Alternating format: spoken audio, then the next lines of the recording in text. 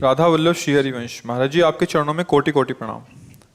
महाराज जी, जब भी मैं पढ़ने की कोशिश करता हूँ तो मेरा मन एकाग्रचित नहीं हो पाता, मन में कुछ और चलता रहता है, पढ़ाई में मन ही नहीं लगता। मेहनत करने के बाद भी सफलता नहीं मिल रही। महाराज जी, कृपा मार्गदर्शन करें। उद्देश्य ठीक हो जाएगा तो मन लग जाएगा। उद्देश्य हमारा गलत है, अभी पढ़ाई उद्देश्य नहीं है। अगर ठीक से उद्देश्य बन जाए पढ़ाई का तो कैसी बात करते हो। उद्देश्य में बहुत बड़ी ताकत होती है। हर कष्ट सहते हुए अपने उद्देश्य की पूर्ति में कदम नहीं लड़खड़ाते, जिसका उद्देश्य बन जाता है। उद्देश्य बन जाए तो ब्रह्मचारी हो, उद्देश्य ठीक हो, एक बार पढ़ लोगे, 1000 वर्ष अगर जीवित रह कभी भी पूछ लो बात आ जाएगी उसके दिमाग में। अब नाना प्रकार की क्रियाओं से ब्रह्मचर्य का नाश करे, अपने उद्देश्य का नाश करे, तो फिर यही बातें होती जो आप कह रहे हो। कक्षा 9 पढ़े, व्याकरण नहीं पढ़े, शास्त्री नहीं पढ़े, कहीं दूसरी जगह ऐसे नहीं गए कि बैठ के सत्संग सुन के और सीख के बोल रहे, तो भगवद आश्रित हो जाओ सब। अब आप खुद समझे ना हमारी बात को, आप खुद अपना नाश कर रहे हैं। ब्रह्मचर्य का नाश वीर का नाश, जीवन का नाश है। ब्रह्मचर्य अगर सही है, आपने किसी तरह इधर उधर, तो ये प्रश्न ही नहीं रहेगा। जिधर दृष्टि डालोगे उधर जय होती चली जाएगी। आजकल के बच्चे नौजवान इसको मनोरंजन समझते हैं और उनको सलाह भी ऐसी मिलती है कि हम जैसे बोल रहे हैं ब्रह्मचर्य के लिए, तो डॉक्टर और आपको जो इधर सांसारिक प्रोत्साहन देने वाले हैं वो आपको सलाह देंगे। हमें तो अंग्रेजी का शब्द नहीं याद है, फ्रस्ट्रेशन।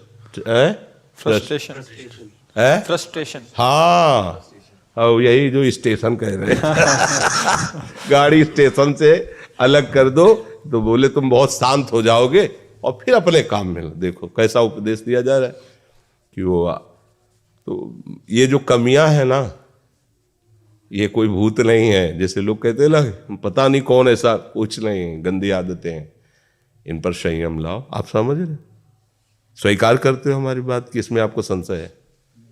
हाँ, तो आप देखो, हम आज ही सत्संग में बोल रहे थे, हमारे रक्त का स्वभाव है ऐसे, जैसे कट जाए ना तो उसका स्वभाव थोड़ी देर में गाढ़ा होने की कोशिश करेगा। यदि कहीं फ्लो वाली नस कट गई तब तो आपको वहाँ डॉक्टरी की जरूरत है। अगर ऐसे कहीं त्वचा में ऐसे, तो उसका स्वभाव गाढ़ा हो जाना, वो थोड़ी ही देर में वो अपने आप को बांध लेगा, क्योंकि रक्त का एक स्वभाव होता है। अगर वो बाहर किसी तरह भी आया तो ठंडा होकर गाढ़ा हो जाएगा, वो रोक लेगा।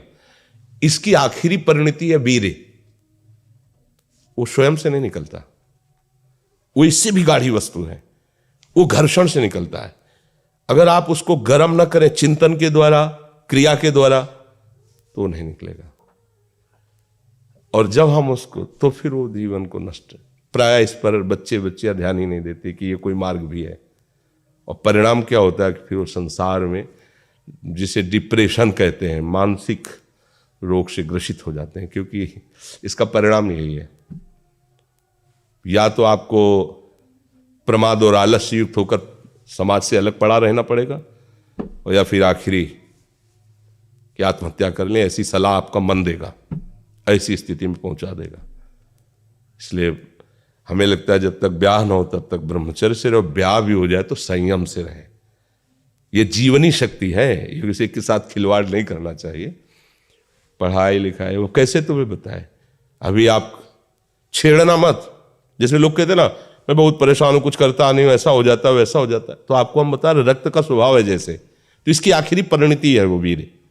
उसका स्वभाव नहीं है बहना, उसका स्वभाव ऐसा है, उसको जब तक ताप नहीं लगेगा तब तक वो बाहर नहीं हो सकता। आपने गलत अभ्यास किया, माना 2-4 महीने 5 महीने वो अपने अभ्यासवश पतित होगा, लेकिन आप छोड़िए, उसका चिंतन छोड़िए, उसकी क्रिया छोड़िए, अपने आप वैसे हो जाएगा। जैसे रक्त है, आप 1 महीने में देना शुरू करो, जो देने का नियत कितना, 100-200 ग्राम 500 ग्राम जो भी दिए, 300 जो भी आप दीजिए, हर महीने तैयार हो जाएगा।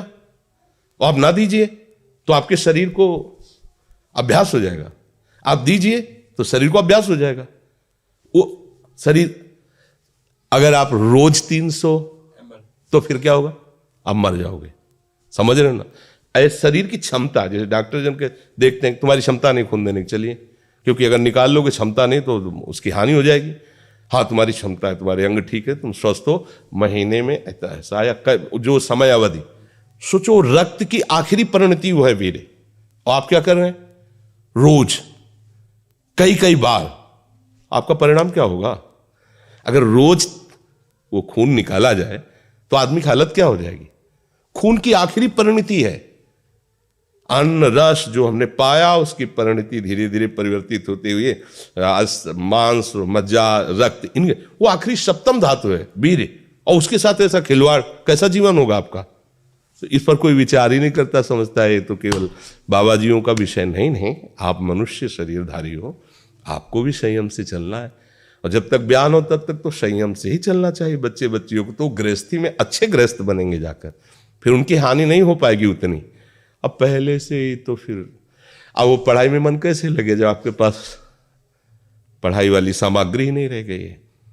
पहले क्या होता था, जैसे गुरुकुलों में स्मृति आपकी कमजोर हो रही है तो मेधा शक्ति बलवान करने के लिए ब्राह्मी उसको पिलाई जाती थी, ब्राह्मी है ये चीजें। क्यों? क्योंकि उनमें इतनी शीतलता, उनमें पौष्टिकता है कि वो वीर का वर्धन करके वीर को रोकेंगी, खास बात उसमें होती थी। अब हम इस बात को ना समझ करके फ्रेंड बनाते हैं और वो विनाश का खेल खेलते हैं जो हमारी सारी सांसारिक और पारमार्थिक दोनों उन्नति का नाश कर देता है। अब उस प्रश्न का क्या होता है? अब उसके लिए क्या सलाह? आप सही ढंग से रहो, अच्छा खाओ पियो, थोड़ा व्यायाम करो, सबके प्रति पवित्र भाव, अभी आप आनंद में आने लगोगे। और जैसी आदतें आजकल हो रही, आनंद वाली तो है नहीं, ये तो पतन वाली ही है। चार दोस्त मिलते हैं, मदिरा पान करते हैं, गांजा और तो और क्या ड्रग्स फ्रग्स। आप बताओ क्या होगा? आप इतना विष डाल रहे हो अपने अंदर, इसलिए विषैली चीजें डाल रहे हो, ऐसी गंदी आदतें डाल, आपका जीवन क्या होगा? कैसा खिलवाड़ किया जा रहा है मनुष्य शरीर से, जबकि ये देव दुर्लभ देही है भगवत प्राप्ति, इसके साथ कैसा। तो बच्चों को ना तो सत्संग मिल रहा है, ना शास्त्र स्वाध्याय मिल रहा है, ऐसा ही संग मिल रहा है जो पतन का कारण क्या हो रहा है। अच्छा बहुत पढ़े लिखे हो और शराब पी के नाली के कीड़े की तरह पड़े हो, माता पिता का अपमान कर रहे हो, मन मानी बेविचार कर रहे हो, पढ़ाई लिखाई क्या हुआ? पढ़ा लिखा से भाई विद्या तो वही जो विनय, पवित्रता, शालीनता, सभ्यता, नम्रता, ये तो सद्गुण विद्या में आज की रह नहीं रहे। पढ़े लिखे माता पिता को ऐसे डांट देते जैसे कोई नौकर से बात करता है, हम स्वतंत्र हैं। अरे विषयों के गुलाम तू कब स्वतंत्र हो गया? स्वतंत्र तो परमहंस जन होते हैं जिन्होंने इंद्रियों को अब जीत लिया और भगवद आनंद में मस्त हो, वो स्वतंत्र हैं। इंद्रियों के गुलाम तुम स्वतंत्र हो, जो विषय जब चाहता है तुम्हें गिरा तुम स्वतंत्र हो। माता पिता, गुरु, शास्त्र, इनकी परतंत्रता स्वीकार करने वाला ही स्वतंत्र होता है। ये मनमानी आचरण जो आजकल समाज में विस्तृत हो रहे हैं ना, ये पतन, अशांति और पाप का कारण बनते हैं, जो बहुत हानिकारक है। तो बच्चा सावधानी से रहो, जो बचा है उसको संभाल लो जीवन। जब से ज्ञान हो जाए तब से अपने को संभाल ले। भाई पूर्व में गलती हो गई, आगे सुधार लेते हैं।